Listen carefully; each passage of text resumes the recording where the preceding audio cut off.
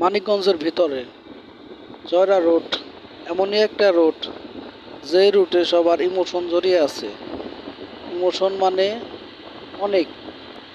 এই রুটে রয়েছে মানিকগঞ্জ মেডিকেল কলেজ, যে মেডিকেল কলেজে অনেক অসুস্থ রোগী গিয়ে সুস্থ হয়ে বাসায় যায় এবং সবার মুখে হাসি ফোটে।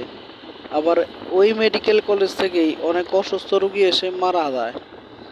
মানে কিছু বলার নাই। এর জন্যই এই রুটটা অনেক ইমোশনাল, আর এই রুটের অনেকের কান্না হাসি মিশে আছে। এই রুটে প্রতিনিয়ত অনেক গাড়ি ঘোড়া চলে, কিন্তু যখনই হাসপাতালের সামনে যায় তখনই সবার একটু মন খারাপ হয়।